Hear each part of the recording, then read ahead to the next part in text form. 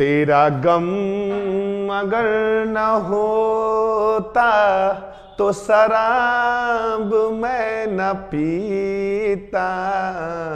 साथियों, बढ़ते अपराध को देखते हुए और बिहार के नौजवान और पूरे भारतवर्ष के नौजवान को मैं बताना चाहूंगा कि आप सभी नशा न करें, शराब से दूर रहें।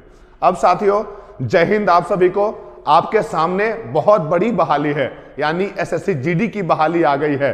24 तारीख को बहाली आना था, बहाली आपके सामने आ चुकी है। अब आपके अंदर जोश जाग गया होगा, क्या करना है, किस तरीके से भरना है फॉर्म को। और सबसे पहले आप वीडियो को अगर देख रहे हैं तो वीडियो को अच्छे तरीके से देखेंगे, क्योंकि हम लोगों ने 3-4 बहालियां 2014 के बाद सारी बहालियों को अपने आंखों से बहुत अच्छे तरीके से देखा हूं।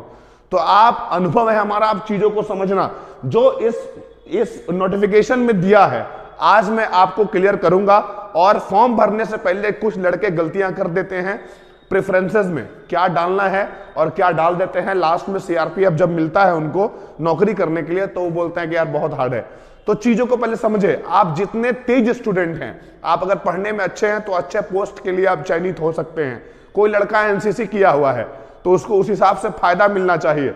वो सारी चीजों की बात इसमें दिया गया है। एनसीसी वालों के लिए भी एबीसी सर्टिफिकेट क्या करेंगे नहीं करेंगे, सभी जानकारी इसमें है, कितना % छूट मिलेगा। साथियों, वीडियो में आने से पहले आप सभी को बता देना चाहता हूं कि आप वीडियो को देखने के बाद ही फॉर्म भरें। पहले फॉर्म भरने से आपको नुकसान हो सकता है, ताकि इसलिए बोल रहा हूं क्योंकि आप लोग अच्छे तरीके से प्रेफरेंस को नहीं भरते हैं और आधा अधूरे जानकारी के साथ फॉर्म भरने के बाद आप तैयारी स्टार्ट कर देते हैं। अब पूरा वीडियो पे बने रहें। साथियों, सबसे पहले जो फॉर्म ऑनलाइन जो होना है वो 24 तारीख से 31/12 तक, यानी कि अगले महीने के लास्ट 31 तारीख तक आप ऑनलाइन कर सकते हैं। साथियों, पूरा दिया है ये। Last date and time for making online payment, online payment जो करना है वो 1/1/2024 11 बजे तक आप कर सकते हैं। यानी कि 1 जनवरी को 2024 में आप 11 बजे तक इसको बिल्कुल कर सकते हैं। Dates of window for application form correction and online payment of the correction charges, यानी कि आपको पता है करेक्शन चार्ज भी लगता है। देखिए यहां दिया है, करेक्शन का चार्ज लगता है।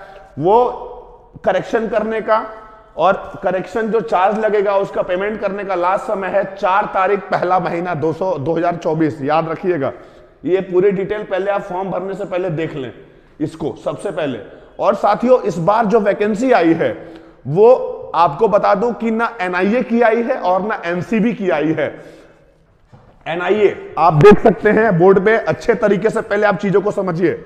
आप पहले एकदम अच्छे तरीके से चीजों को समझने की जरूरत है, और जब आप समझ जाएंगे तो हमारा बताना सफल होगा।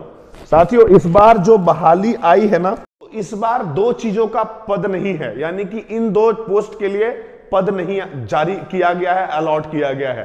तो पहले एनआईए के लिए बहाली आती थी, आप लोगों ने देखा, एनसीबी के लिए बहाली आती थी।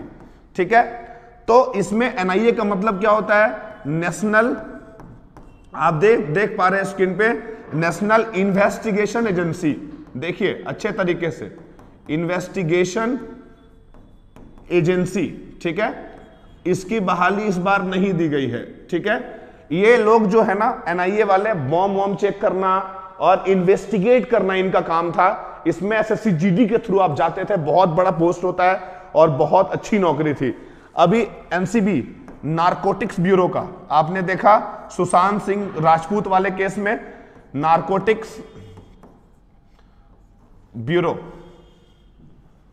नारकोटिक्स ब्यूरो इसका मतलब होता है। और इस बार इसकी भी, पिछले वाले एसएससी जीडी में इसके पोस्ट थे लेकिन इस बार नहीं है। अब कहां यह दिखाया गया है कि नहीं है, वो मैं आपको दिखा रहा हूं। अच्छे तरीके से आप बने रहें इस पे। और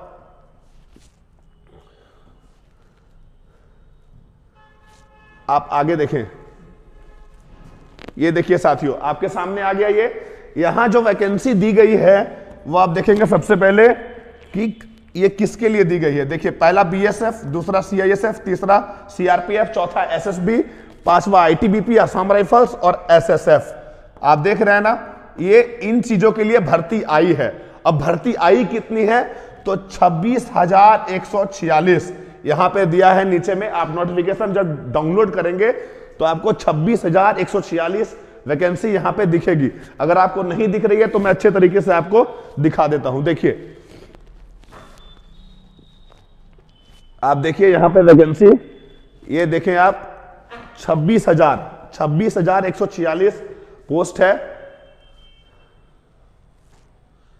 26,146 पोस्ट है और 26,000, ये देखिए यहां पे दिख रहा है 26,146 पोस्ट है। अब सबसे ज्यादा जो पोस्ट साथियों दिया गया है वो आपका सीआईएसएफ में दिया गया है। ये देखिए 11,025 पोस्ट, यानी 11,000 सीआईएसएफ अगर बनेंगे तो काफी ज्यादा है। और जो लड़के अगर पढ़ने वाले हैं उनके लिए तो बल्ले बल्ले है। इस बार सीआईएसएफ की काफी ज्यादा पोस्ट दी गई है। तो आपको पता है कि आपको पहले क्या डालना है। मैं यहां पे सबसे इंपॉर्टेंट, ये वीडियो का सबसे इंपॉर्टेंट पार्ट जो महत्वपूर्ण है मैं आपको बता रहा हूं। आप इसको स्क्रीनशॉट लेके अपने पास रख लें ताकि फॉर्म भरने के समय में जब आप दुकानदार को फॉर्म भरने के लिए दें तो यही पोस्ट वाइज आपको प्रेफरेंस डालना है। ये बात को दिमाग में बैठा लीजिए। आप या तो बेवकूफ स्टूडेंट होंगे, मतलब पढ़ने में कमजोर होंगे, और नहीं तो पढ़ने में बहुत तेज होंगे। दो ही स्टूडेंट होते हैं, एक स्टूडेंट और होते हैं जो बीच वाले होते हैं। तीनों को ये फायदेमंद होगा, तीनों के लिए। सबसे पहले साथियों, जो जिसका ज्यादा कट ऑफ जाता है यानी कि एसएसएफ, देखिए आपको पोस्ट प्रेफरेंस में यही डालना है। पहला एसएसएफ सबसे बढ़िया फोर्स है इसमें। उसके बाद आपको मिलेगा सीआईएसएफ, आप इसके बाद सीआईएसएफ डालिए। इसका मैं कारण बताता हूं क्यों ऐसे डालना है, मैं पूरा आपको डिटेल बताऊंगा, तभी आप ये डालिएगा। सीआईएसएफ, तीसरा आप डालिए एसएसबी, चौथा आप डालिए आईटीबीपी, पांचवा डालिए आसाम राइफल्स, छठा डालिए बीएसएफ और सातवां डालिए सीआरपीएफ। साथियों, कोई भी आदमी चाहता है कि जीवन में थोड़ा भाग दौड़ कम हो, अच्छी नौकरी मिले, अच्छे जगह पे ड्यूटी हो, जब तक आपके हाथ में है। अगर सीआरपीएफ मिल ही जाएगा तो क्या करोगे? मार्क्स के हिसाब से मान लो आप 160 नंबर का एग्जाम होता है ना, 160 में आप 150 लाएंगे, 145 लाएंगे तो आपको ये मिलेगा एसएसएफ। उसके बाद ये मिलेगा, तो ये मार्क्स के हिसाब से मिलना है। आप अगर जो भी स्टूडेंट है, मान लो आप खराब स्टूडेंट हो लेकिन एग्जाम अच्छा चला गया, आप जो पढ़ के गए वही सवाल सेम टू सेम आ रहा है, तो आपको बढ़िया, अगर आप प्रेफरेंस डाले रहोगे तभी तो बढ़िया पोस्ट मिलेगा। अगर आप पहले ही सीआरपीएफ डाल दोगे, कितना भी बढ़िया अंक लाओगे तो आपको सीआरपीएफ ही मिलेगा।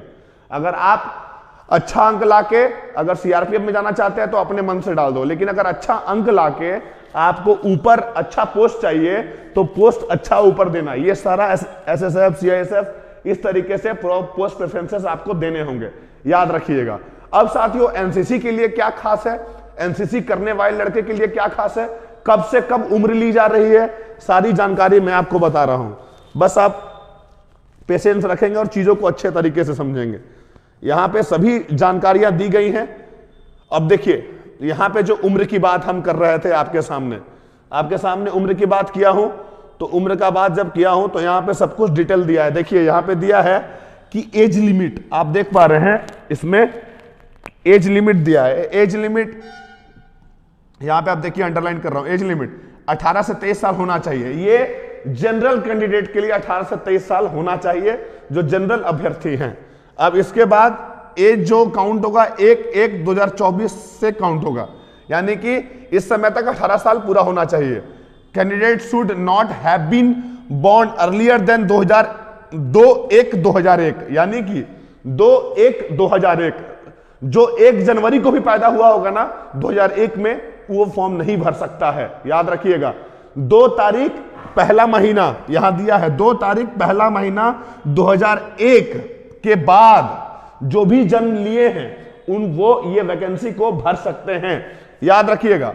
और 1/1/2006 इन नॉर्मल कोर्स, यानी कि लेटर देन, यहां पे दिया later than 1/1/2006 in normal course, यानी कि जो जनरल कैंडिडेट हैं उनके लिए 1/1/2006 के बाद भी जन्मा नहीं होना चाहिए, ये इसके दोनों के अंदर होना चाहिए। यानी 1/1 यहां से 2/1/2001 से लेकर 1/1/2006 के अंदर जो रहेंगे वही इस फॉर्म को भर सकते हैं। जनरल कैंडिडेट, मैं बार बार बोल रहा हूं, जनरल कैंडिडेट। अब इसमें स्पेशल नियम उसके लिए लागू होगा जो कैंडिडेट SC ST है उनको 5 साल का छूट है।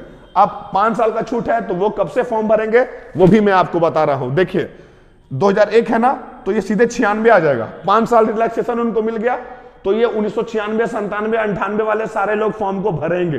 तो 5 साल का छूट उनको SC ST को दिया गया है। तो SC ST कैंडिडेट ध्यान से सुनिएगा, SC और ST जो है उनको 5 साल का छूट है। 98, 96, 97, 99, 2000 जो भी डेट ऑफ बर्थ है आप इस फॉर्म को भरिएगा, आसानी से भर सकते हैं।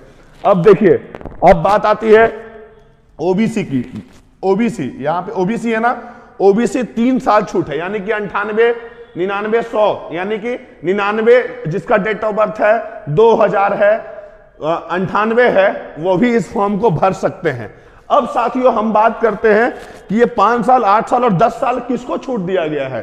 तो ये अब साथियों जो 1984 के जो मरे हैं राइट्स में, जो बच्चे यहां पे दिखा रहा है, जो डिपेंडेंट और बच्चे मरे हैं राइट्स में 1984 में, उनको EWS और जनरल कैंडिडेट को या 5 साल का छूट मिलेगा। EWS और जनरल कैंडिडेट को अनरिजर्व भी दिया हुआ है, 5 साल का छूट मिलेगा।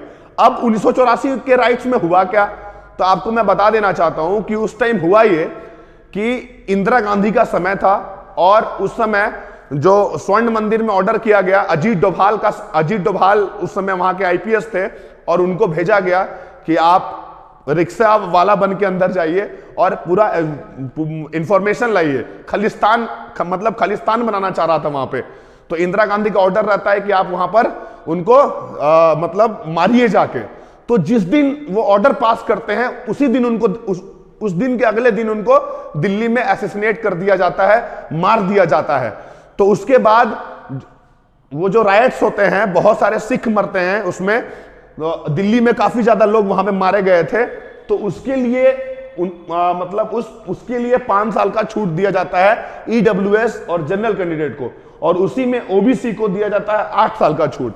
अब यहां पे ये भी दिखा रहा है कि कम्युनल राइट्स 2002 इन गुजरात, इसके लिए भी छूट दिया जाता है। ठीक है, यहां पे कम्युनल राइट्स क्या है यार, ये कम्युनल राइट्स क्या है, तो आपको पता होगा गुजरात में गोधरा कांड हुआ था। गोधरा, मैं बता रहा हूं गोधरा कांड क्या है कि गुजरात और मध्य प्रदेश के बीच में जो बॉर्डर है वहां से ट्रेन गुजर रही थी। ट्रेन जब रुकती है स्टेशन के आसपास, तो ट्रेन रुकती है तो एक हिंदू, क्योंकि अयोध्या मंदिर बन रहा होता है और वहां पर लोग एक एक ईंट लाके अयोध्या में कोई ट्रेन से कोई बाई कार वहां पे ईंट पहुंचाते हैं। तो हिंदू का बहुत बड़ा ट्रेन, सारे हिंदू जो थे वो ट्रेन से बैठ के आ रहे थे, और उस जगह पे क्या होता है कि ट्रेन रुक जाती है और एक हिंदू बाहर उतरता है और एक मुस्लिम की दुकान होती है, वहां पे जाता है मुस्लिम की दुकान पे, और जाने के बाद वहां क्या होता है कि वहां बोलता है कि बोलो जय श्री राम। तो वहां वह उनको पसंद नहीं आता है मुस्लिम को, वहां पे विद्रोह कर देते हैं और पूरे ट्रेन में आग लगा देते हैं, वही गोधरा कांड कहलाता है। तो उसके लिए आपको छूट मिलता है 8 साल, 5 साल और 10 साल, ये पूरी जानकारी है। तो ये आपके लिए नहीं है, ये आप लोग के लिए नहीं है। हमें नहीं लगता है कि आपके दादा परदादा गुजरात में होंगे गोधरा कांड में, तो इस चीज को समझिएगा, जिसके होंगे उसके लिए है। अब साथियों हम ऊपर आते हैं, अब पूरी चीजों को अच्छे से आप समझना।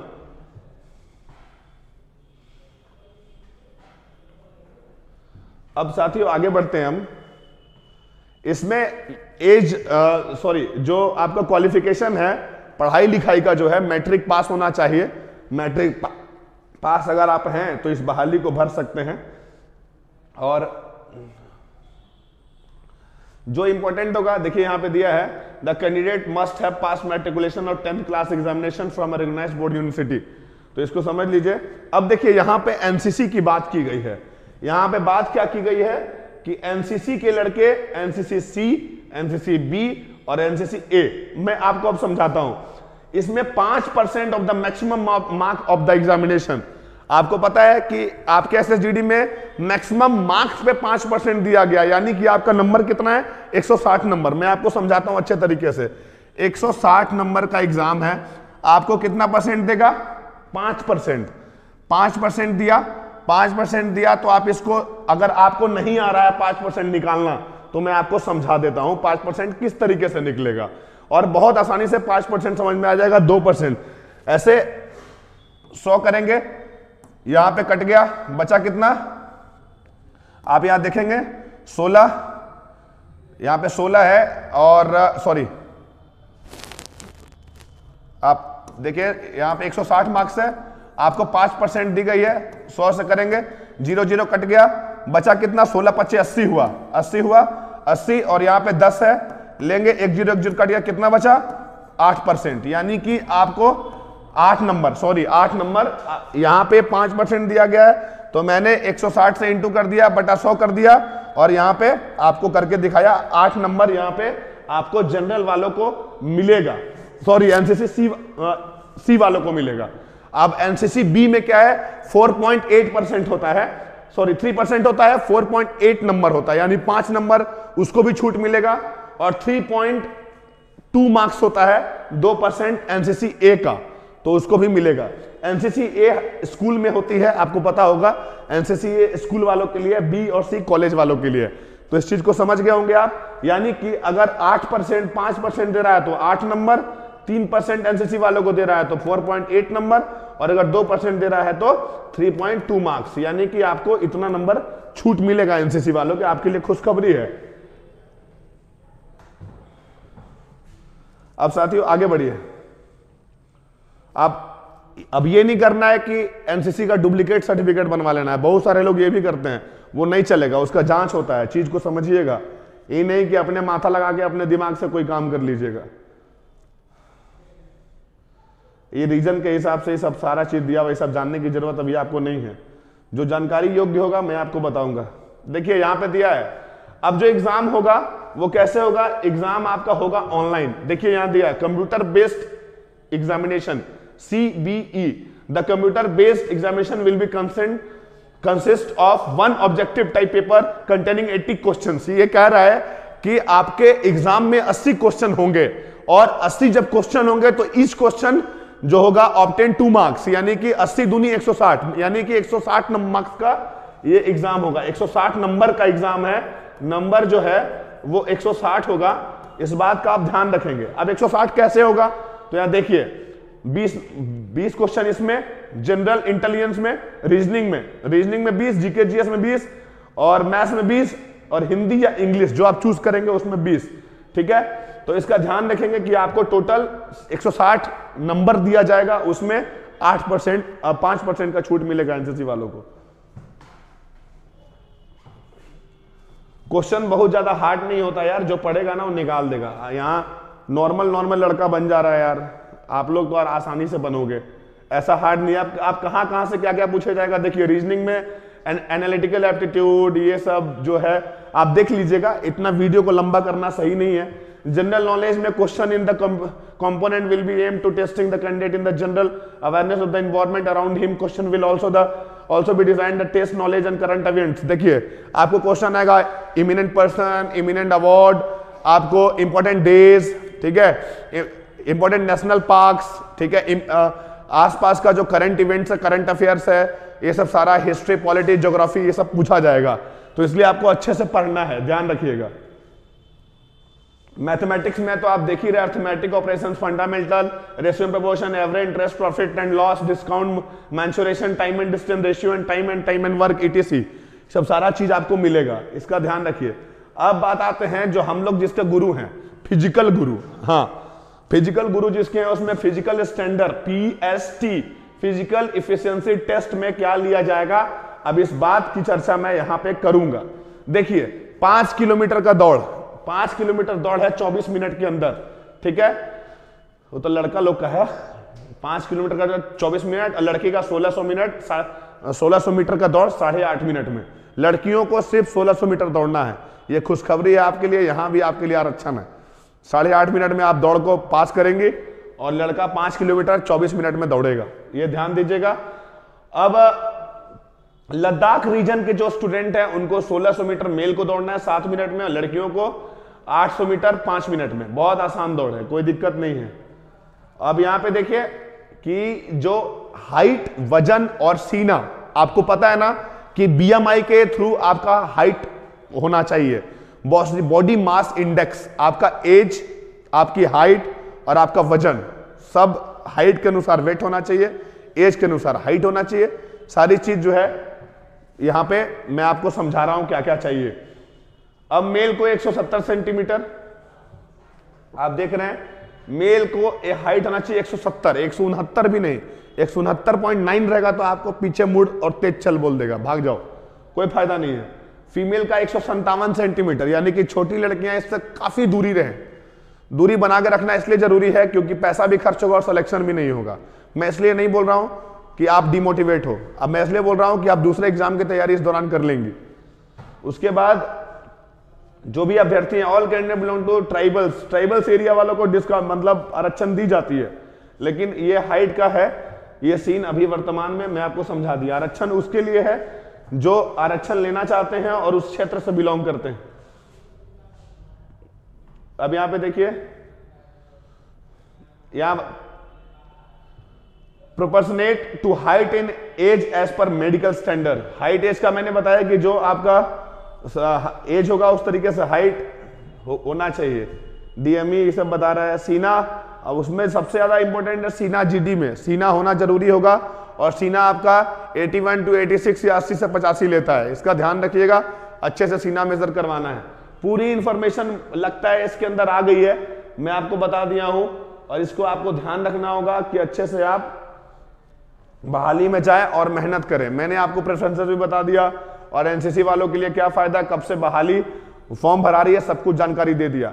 अब मेरे प्यारे साथियों, इस बहाली को निकालने के लिए आपको जोश और जज्बे के साथ उतरना होगा। ये मार्कोस टीम है गांधी मैदान पटना की, और हम सभी जीतोड़ तैयारी करा रहे हैं, रिटर्न, फिजिकल, सब कुछ, मेडिकल, सब कुछ, एवरीथिंग। और 1.5 से 2 महीना के अंदर आपको आंख बना दिया जाएगा, आपको एग्जाम निकालने के लायक बना दिया जाएगा। दिन भर आपको इसी क्लासरूम में, हमारे यहाँ 3-4 डिजिटल बोर्ड्स हैं, क्लासरूम्स हैं, आपको पढ़ाने के लिए एकदम जबरदस्त तैयारी कराई जाएगी। आप सभी देर न करें, 1 तारीख वाले बैच को जल्द से जल्द ज्वाइन करें। जय हिंद, जय भारत।